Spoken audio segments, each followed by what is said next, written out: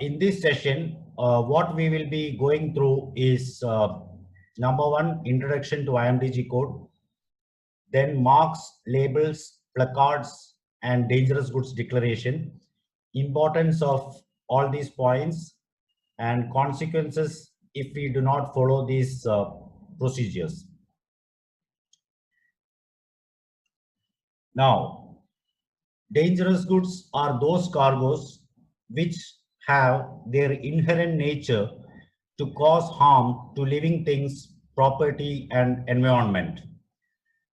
Some of the examples are listed here, like paint, acid, bleach, pesticides, etc., including table tennis balls, becomes dangerous goods when transported as cargo because they have inherent nature to cause harm to living things, that is the transport workers, ship staff, and others who come in contact with the cargo, and also may cause harm to the environment. There has been major fires aboard ships in the past 2 years. In fact, 2019 was one of the worst years for liner trade because of major fires. Almost all fires are detected to the cause related to undeclared or misdeclared dangerous goods or poorly packed or poorly consigned dangerous goods. These accidents not only causes huge loss in the economy of the operating company, but also cost lives aboard ships. This is a summary of total casualty and incidents noticed during the year 2018, which was submitted to International Maritime Organization. Now, in this, you can see more than 50% of violation is placarding and marking of CTU, Cargo Transport Unit. Then there is a major issue with documentation, marking, and labeling. So in this 1 hour session, we will be walking through these three crucial things, how it has to be compliant, and which sections of IMDG code deals with these things. IMDG code, International Maritime Dangerous Goods Code, is published by International Maritime Organization. This is a mandatory regulation for transporting dangerous goods in packaged form. As per IMDG code, packaged form means those packages which are authorized by IMDG code. Example, boxes, bags, tank or bulk container, drums, jerry cans, cylinders, etc. IMDG code comes in 2 volumes, volume 1, volume 2, and there is a supplement. Volume 1 contains general provisions, classification, packaging, etc. In volume 1, there is a provision for marking, labeling, and placarding. Also documentation, that is in part 5, which we will be going through. Volume 2 has part 3, dangerous goods list, special provisions, exemptions, and alphabetical index. Supplement, which is used on board ships, contains medical first aid guides, fire and spillage schedule, which is called EMS, and other relevant information for the ship staff to follow. So generally, the shoreside people do not have to look at supplement, but shoreside people must have volume 1 and volume 2 with them if they are shipping dangerous goods by sea. Dangerous goods are classified into 9 classes. Some of these classes are divided into subdivisions. Most of you must be knowing about these basic classes: class 1 explosives, class 2 gases, etc. Now, if we look at class 4 flammable solid, there is in red font this polymerizing substances. Polymerizing substances are included in class 4.1 after the accident which happened on MSC Flaminia in 2012.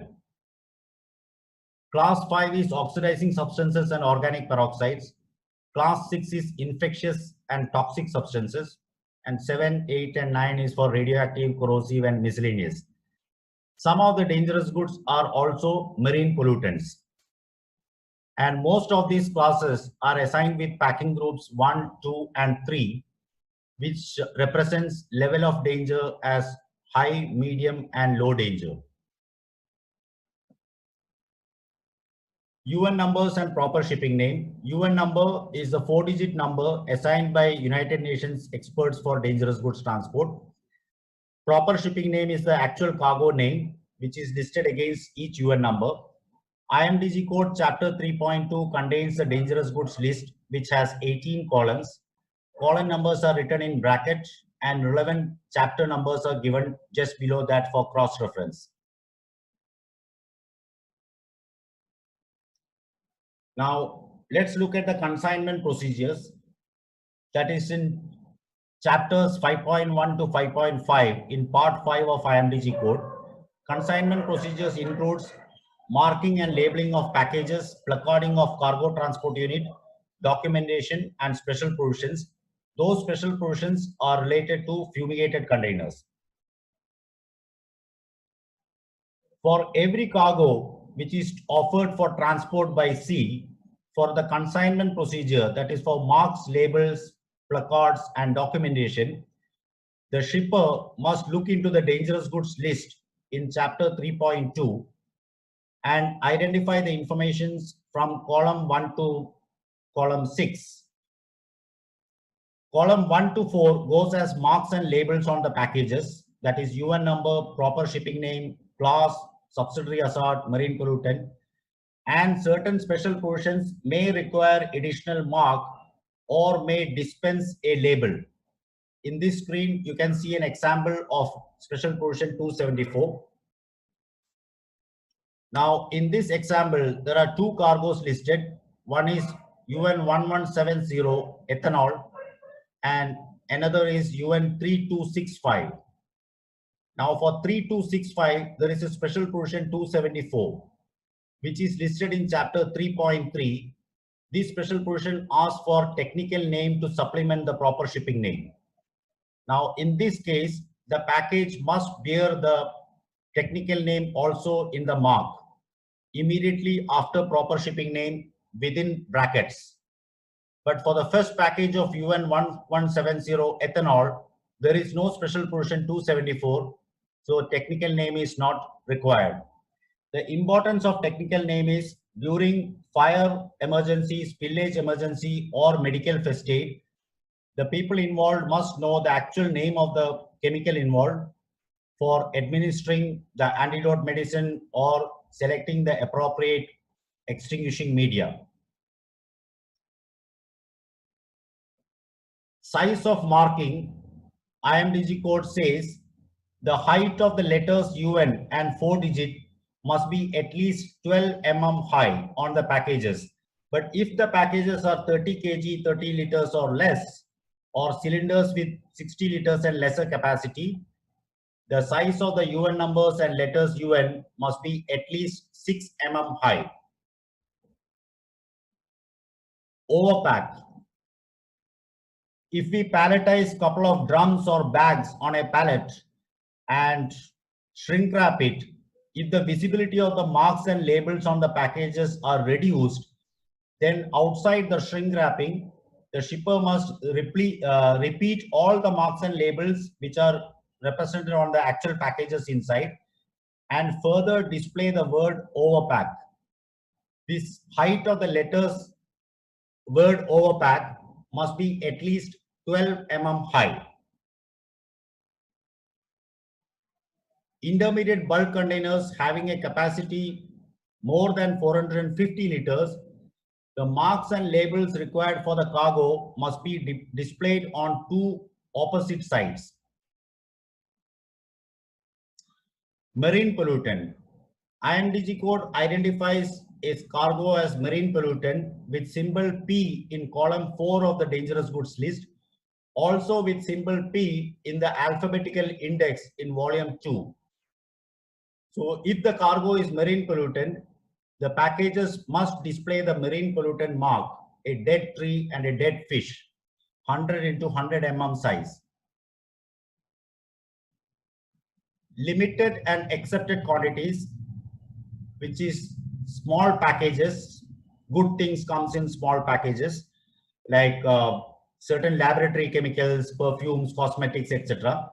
If they are consigned according to chapter 3.4 and 3.5, then they must be marked according to those chapters, like this limited quantity label or mark or accepted quantity marked. Orientation arrows. IMDG code says whenever inner packing containing liquids are placed in an outer packaging, that is combination packing, then the orientation arrows must be displayed on two opposite sides of the package. Also for single packaging fitted with vents. For example, a drum or jerry can with hydrogen peroxide, which will definitely have a vent, then that drum or jerry can must display the orientation arrows so the packers will not by mistake keep it upside down. Chapter 5.2 of IMDG code lays down the specification of the label as regard to the color, the size, the thickness of the line running from the edge of the label, running inside from the edge of the label, etc. So many a times the shippers make a mistake, like they give an image file to a printer for printing the label. So when the printer prints, the red label may look pink or orangish, which will be in violation to the regulations. Durability of marks and labels. IMDG code says the labels and marks must be such durable that it can survive at least 3 months immersion in seawater. That means if a package is fallen into the sea and retrieved by salvage operators or caught in a fisherman's net or washed ashore to a beach, up to 3 months, the marks and labels shall be still identifiable.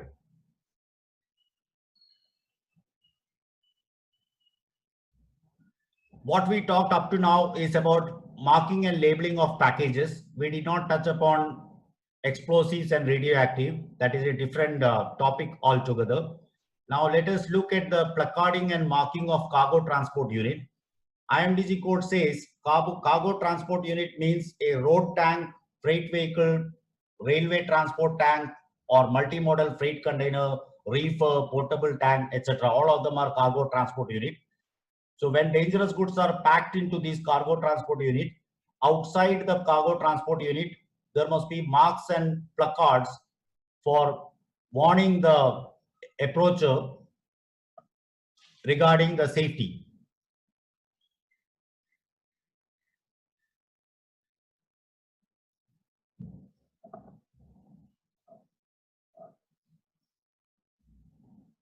Marking and placarding of cargo transport unit, that is class placard, subsidiary hazard placard, and marine pollutant placard must be displayed on the cargo transport unit.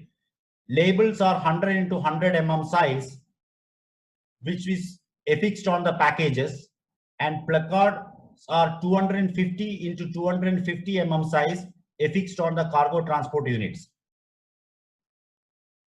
IMDG code says if a container is packed with only one dangerous goods, that is dangerous goods belonging only to one UN number, if the total mass of the cargo is less than 4,000 kg, then only the class, subsidiary hazard, and marine pollutant placards as applicable. But if the container is packed with only one UN number, and the total mass of the cargo is greater than 4,000 kg, then the container must display UN number also. Like in this example, the top container is having one UN number less than 4,000 kg, so only the class placard on all four sides. The bottom container, only one UN number with more than 4,000 kg, so class placard and UN number. Whenever a single cargo is loaded in a container and the mass of that single cargo is greater than 4,000 kg, then the container must display UN number on all four sides. This is a requirement for emergency response people to identify the potential of that single cargo depending on the mass and to decide any specific methods for spillage control and firefighting. UN number display. on the container can be within the placard or on a separate orange panel. There is a requirement for the length, width and height of the orange panel. The black border must be 10 mm thickness, and the UN numbers in black digit shall not be lesser than 65 mm.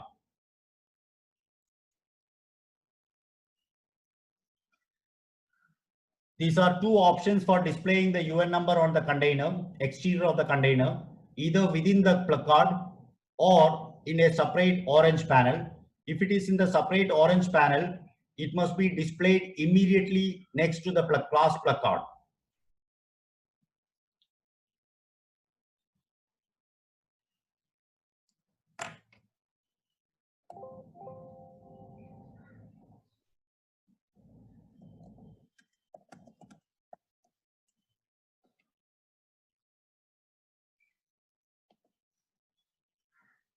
Marking and placarding of cargo transport tank container.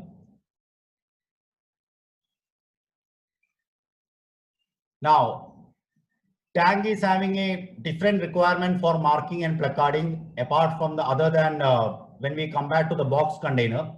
For tank container, apart from UN number, class, subsidiary hazard and marine pollutant, tank must also display proper shipping name on two sides of the tank.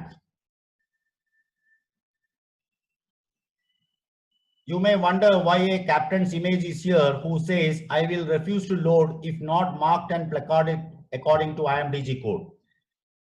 Why I kept that is to highlight the importance of the master of the vessel.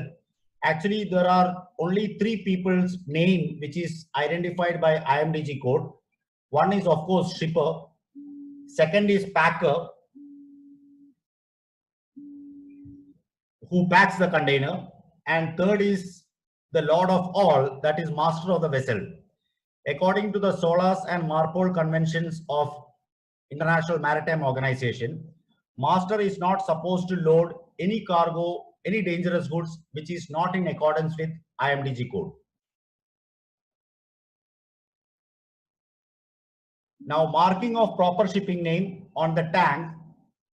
Proper shipping name must be in black digits on a contrasting background. Mostly people use it white background and the black, not digit, black characters. It must be at least 65 mm high on both sides of the tank. Fumigated cargo transport unit. When a container is fumigated, that container must display the fumigation warning signs on the door of the container. And this warning sign must not be removed unless the container is devanned or unloaded from the cargo is unloaded from the container. Supposing if the fumigated container is not fumigation in transit, that means before loading the container is ventilated, then ventilation date must be displayed on the fumigation warning sign, but still the warning sign must not be removed. The warning sign must be there till the consignee unloads the cargo, because even after ventilation, there may be chances little bit trace of fumigant toxic gas is present in the container. So this warning sign is a warning for all those who approach the container, like a custom officer or the unpacker or whoever opens the container, a warning that this container was fumigated or is under fumigation. Approach with caution. Expendable refrigerants. Some shippers use dry ice or liquid nitrogen inside a box container for preventing the cargo to getting exposed to higher temperature, in which case there will be lesser oxygen inside the container, which is called oxygen depleted atmosphere. IMDG code chapter 7.3, use of containers for transport, warns the users that there can be two different types of atmosphere inside the container. One is oxygen enriched atmosphere, another is oxygen depleted atmosphere. So when dry ice or liquid nitrogen is used as a coolant, the door of the container must display this warning sign, warning the approachers or the users that there may be lesser oxygen inside the container It must be thoroughly ventilated before entering. Durability of marks and placards. Don't be shocked about these images. These are supposed to be actual placards affixed by shippers, like printing in a normal A4 sheet, putting in a polythene cover and sticking with sellotape on the exterior of the container. IMDG code says the marks and placards on the container must be so durable that it can withstand minimum 3 months immersion in seawater. Now let's look at the dangerous goods declaration. Most of you must be aware about the format of dangerous goods declaration. Some of us call it as DGD, some call it as MDGF, multi-model dangerous goods form, correct, MDGF. That is a declaration required by IMDG code for every dangerous goods which is being offered for transport. There are certain exemptions for very rare 4 or 5 items in the IMDG code which does not require a dangerous goods declaration, but for all others, dangerous goods declaration is mandatory. Now, there are 22 boxes in the dangerous goods declaration. Box 1 is the shipper address, 2 is the transport document number, which is normally the bill of lading, 3 is page number. If there are multiple pages, example 3 pages, in the page number box 3, it must be written page 1 of 3, 2 of 3, 3 of 3, like that. 4 and 5 is shippers and freight forwarders reference. 6 is consignee's address. 7 is the carrier. 8 is only applicable if the dangerous goods are transported by air. 9 is for additional handling information. Shippers may write here or can write here additional handling information such as request to underdeck stowage, protect from sunlight, keep away from heat, or whatsoever shipper wish to inform the carrier. Box numbers 10, 11, 12, 13 is for vessel name, voyage number, port of loading, port of discharge, and final destination. Box number 14, shipper must declare dangerous goods description, types of and quantity of types of packages and total quantity of dangerous goods, and whatever information required to supplement the proper shipping name. It is mandatory for these 5 elements to be declared in the dangerous goods declaration. All 5 elements may not be there for all dangerous goods, but every dangerous goods does have first 3 information, that is UN number, proper shipping name, and primary hazard class. Some of them may have subsidiary hazard and packing group. These 5 information, that is UN number, proper shipping name, class, subsidiary hazard, and packing group, they must be declared in the same sequence 1, 2, 3, 4, 5. That sequence must not be changed. Changing the sequence is illegal because it is not permitted by IMDG code. The requirement of IMDG code is to maintain the sequence as UN number, proper shipping name, class, subsidiary hazard, and packing group. The reason for this sequence, maintaining the sequence, is if we submit the dangerous goods declaration in English, another party who do not know English language may find it difficult to interpret the information.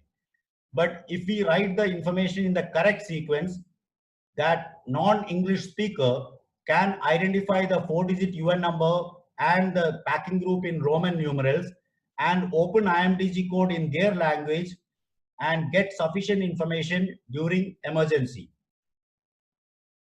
Examples of dangerous goods description. The first 2 are the 2 examples displayed in IMDG code itself. The 5 elements: UN number, proper shipping name, class, subsidiary hazard, and packing group. It can be declared as class 6.1 within bracket class 3, etc.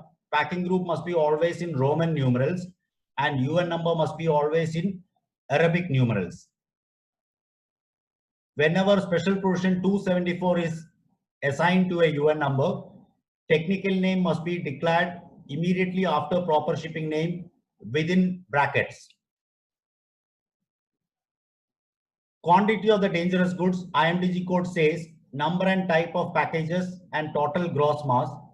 But the current practice of the international carriers are exact type of packaging like steel removable head drum or plastic non-removable head drum. Also, they need gross mass and net mass. Empty unclean package. For example, if a shipper exports a dangerous goods in an ISO tank from port A to port B, the consignee at port B will empty the tank, and that tank may return to port A without cleaning. So in that case, the tank is still containing the residual dangerous goods. The tank must display all dangerous goods placards, required placards and marks on the exterior of the tank, and a fresh dangerous goods declaration must be generated for submitting to the carrier. In that dangerous goods declaration, shipper must write empty, uncleaned, or residue last contained.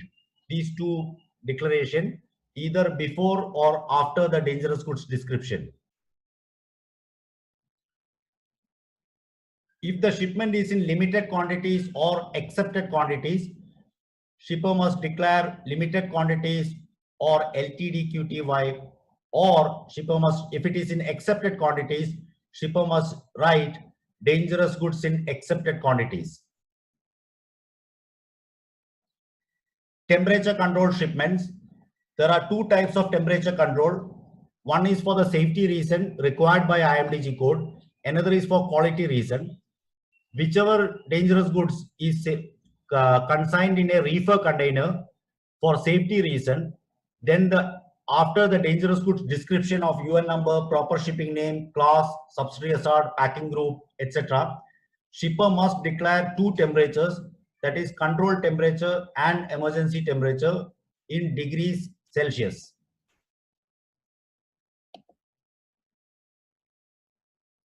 Emergency response procedures for ships carrying dangerous goods, that is the EMS guide, which is published in the supplement of IMDG code. IMDG code does not ask the shipper to declare EMS code in the dangerous goods declaration, but most of the carriers do ask the shipper to fill up the EMS code in the dangerous goods declaration. And shipper is supposed to know where to find the EMS code for each UN number what he is shipping. EMS code is already printed in the IMDG code column 15 in the dangerous goods list in chapter 3.2. Supposing if the shipper with his knowledge about the properties of the cargo has the knowledge that it must be dealt in fire and spillage in a different way, then shipper can change the EMS code and advise the carrier. Emergency response telephone number is not required by IMDG code, but required by certain countries for their internal road, rail, and other modes of transport within that country. For example, Canada, US, Australia, Thailand, I believe China also these days require emergency response telephone number. This telephone number, whatever telephone number is declared as emergency response telephone number on the dangerous goods declaration, must be a telephone number which is answered any time of the day, that is 24 hours, any time when the call comes. And the person who answers the call must have sufficient knowledge to advise in case if the cargo is involved in fire, spillage, or any medical first aid due to exposure to the cargo. Box number 20 and 22 is for packer and shipper. When we say packer, that is a person who packs the container.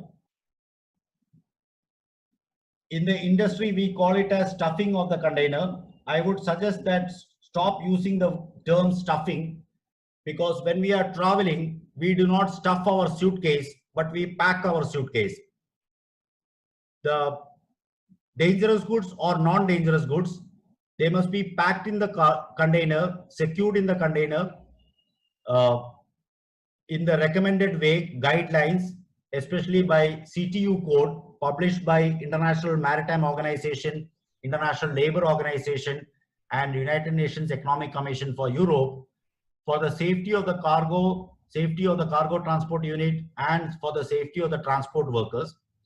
So for a dry container, whoever involved in packing of the container must sign in box number 20 and the shipper must sign in box number 22. IMDG code says, in case if the dangerous goods declaration is electronically generated, instead of the signature, the shipper's name in capital letters is acceptable. So that means for electronic dangerous goods declaration, shipper's signature can be replaced with shipper's name in capital letters. Continuation page. In case if there are more dangerous goods in a consignment and one page dangerous goods declaration is not sufficient, second or third page can be used. There is a continuation page for dangerous goods declaration, which can be found in chapter 5.4 of IMDG code. So in case if it is 2 pages or 3 pages, box number 3 page numbers must be declared or written consecutively. For example, if it is a 4-page dangerous goods declaration, the first page must display 1 of 4, second page must display 2 of 4, then 3 of 4 and 4 of 4.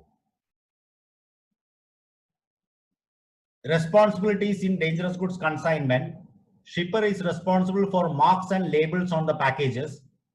Shipper and packer of a dry container or ISO tank container is responsible for placards and marks on the cargo transport unit. Shipper is responsible for dangerous goods declaration and packing certificate if the shipper himself or herself is a packer. Or if it is a dock stuffed container, the packer is responsible for the packing certificate. Marks, labels, placards, and declaration. These are very important thing because once we close the box, nobody knows what is inside the box. The entire information related to dangerous goods is conveyed through dangerous goods declaration. So the correctness of dangerous goods declaration is very vital for the safety on board ship. Seafarers depend on the shoreside people for correctly consigning the dangerous goods for their safety. IMDG code requires all shoreside personnel to be trained in dangerous goods regulations, that is IMDG code, relevant to their nature of duties. So in what session we walk through in this last 40-50 minutes, like marking, labeling, placarding of dangerous goods and prepare transport document. These are also 2 of the job roles or functions defined in IMDG code, which requires specific training in those aspects of IMDG code. For a shipper, the shipper's colleagues or whoever responsible must be trained in actually offer dangerous goods for transport. For shipper, offering dangerous goods for transport will cover classification, packaging, marking, labeling, securing cargo, and preparing transport document for dangerous goods. Training is very important. Training of IMDG code for shoreside people became mandatory from 1st January 2010. So since 1st January 2010, it is illegal to perform any job role or any duty with related to dangerous goods by sea if that person is not trained. Apart from the legality of the training, if a dangerous goods shipment runs into an incident or accident, and if the investigators find out that whoever consigned that shipment or whoever's job role was involved in that person was not trained, maybe the insurance cover also will be wiped off. For more information on dangerous goods, you may visit my website. My website is my name only, shashikallada.com. I have published more than 500 articles explaining various aspects of IMDG code. Also, there is a help desk for posting questions for interpretation of IMDG code. This knowledge center has downloadable images of labels and placards. Also listed down all the articles. This IMDG code online and training you can get more information about dangerous goods by sea. I thank everyone for having patience to sit through these dangerous speeches. I would request you all to attend this poll and give me a feedback so I can find out how I can improve my service for the safety of the industry. Thank you.